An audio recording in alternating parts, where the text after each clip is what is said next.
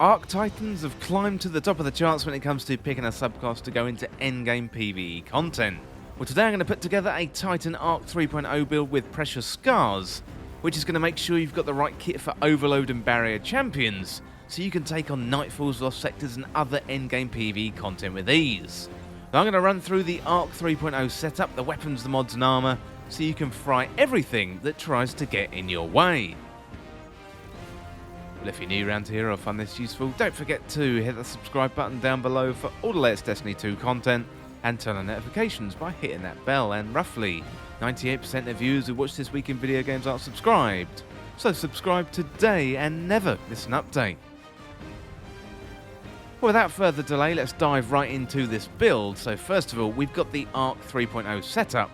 So for my super, I'm using Thunder Crash. My class ability, I'm using the Towering Barricade. My melee, Ballistic Slam, and my grenade is a Storm Grenade, and that is a grenade that cools down a Focused Lightning Storm.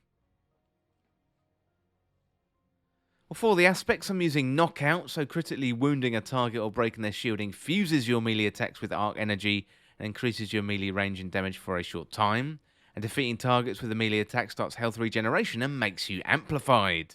Then we've got Touch of Thunder, so your Flashbang, Pulse, Lightning and Storm Grenades have enhanced functionality. So particularly with Storm Grenades, after detonating, creates a roaming thundercloud that tracks nearby targets and fires bolts of lightning at foes beneath it.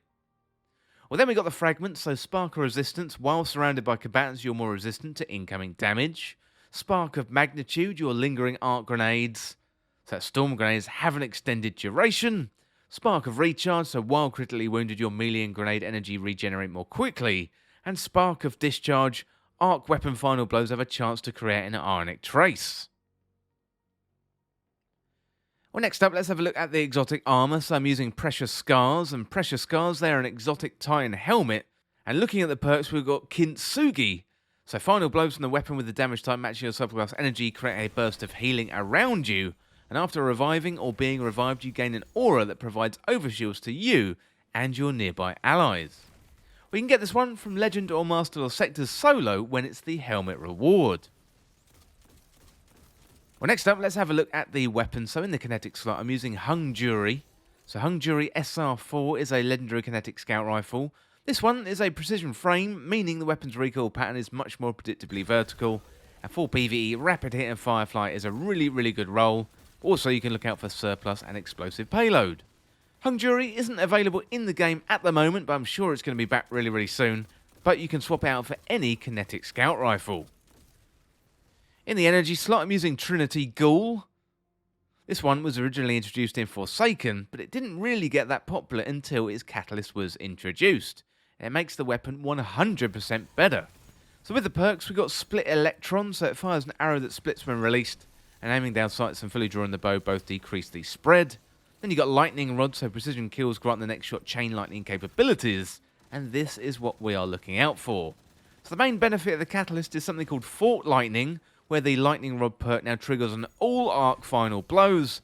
That means you can roll around strikes, nightfalls, loads of content wherever you want to use it and chain lightning attacks together.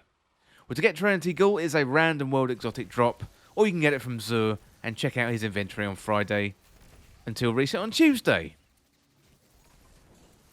Finally then, in the power slot, I'm using Plank Stride. So this one is an arc machine gun. It's great for the build, but I've also got a roll with Swashbuckler, so the weapon gains increased damage from kills with the weapon or also melee kills. Well, next up, let's have a look at the mods. So I'm using Elemental Ordnance. Defeating a combatant with a grenade spawns an elemental well that matches your subclass energy type. I'm using Bountiful Wells. Elemental Well mods that cause you to spawn elemental wells now stack, spawning additional wells for each additional copy of the mod you have equipped. Also using Font of Might, so picking up an elemental well that matches your subclass energy type grants a temporary bonus to weapon damage. And Surge Detonators, so arc grenades disrupt combatants, stunning them, delaying the ability regeneration and lowering combatant damage output. It's really strong against Overload champions.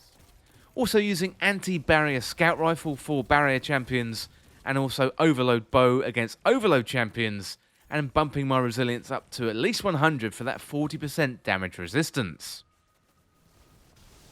Okay, so let's have a look at the gameplay. So this is a decent endgame build when you got to go into an arena with Overload and Barrier champions. plus also extra points if enemies have arc shields. With this build, you're going to absolutely rip them to shreds, so this scenario can come up with Nightfalls and also Lost Sectors too.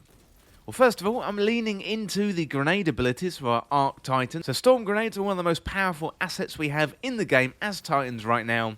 So when you throw a grenade, it calls down a focused lightning storm. This is made even better by Touch of Thunder. So your storm grenade has enhanced functionality, and after detonating, creates a roaming thundercloud that tracks nearby targets and fires bolts of lightning at foes beneath it, and that pairs brilliantly well with Spark of Magnitude, where your lingering arc grenades have an extended duration, plus also Spark of Recharge. So while critically wounded, your melee and grenade energy regenerate more quickly, and this is going to help us get our grenades back even faster. So as well as taking out enemies directly, I'm using grenades to create elemental wells. This is going to be really easy through elemental ordnance and bountiful wells. It's going to top up your grenades again. So more grenades and more thunderclouds, but also granting you Font of Might, which is about a 20% damage increase which stacks with other damage buffs. I'm taking this build into endgame PvE content, so Legend, Master, Grandmaster Nightfalls, plus also Lost Sectors 2. Overload bows are going to work hand in hand with Trinity Ghoul to help take out Overload champions. Make sure you've got that catalyst with Trinity Ghoul. It's going to make the weapon at least 10 times more effective. Plus if your encounter has arc shields, it's going to make the enemies disappear almost immediately with just a few shots.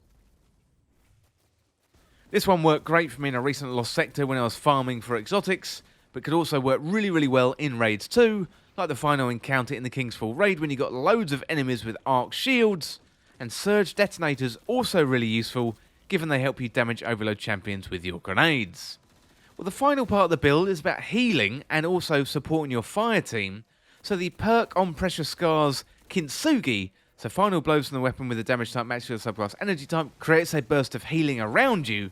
So that's going to go really well with Trinity Ghoul and also your power weapon too. So after reviving or being revived, you gain an aura that provides overshields to you and also nearby allies. That means you are essentially a walking well of radiance, and you're going to be a really valuable asset in Nightfalls and other content with a team. This works really well with the Arc 3.0 aspect knockout, so critically wounding a target or breaking their shield infuses your melee attack with our energy, increase your melee range and damage for a short time.